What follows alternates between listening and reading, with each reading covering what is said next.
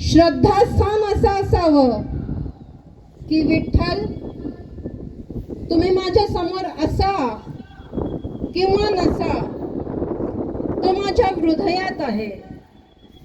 नेहमीच म्हणतो की तुझे कहाँ ढूंढू रे बंदे, तू तो मेरे पास है.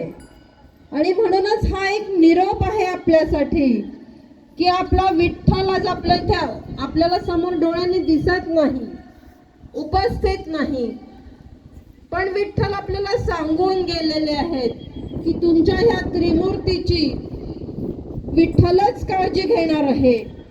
युवा पिढीने मात्र सतर्क राहून त्या कार्याला झोकून द्यायचं आहे.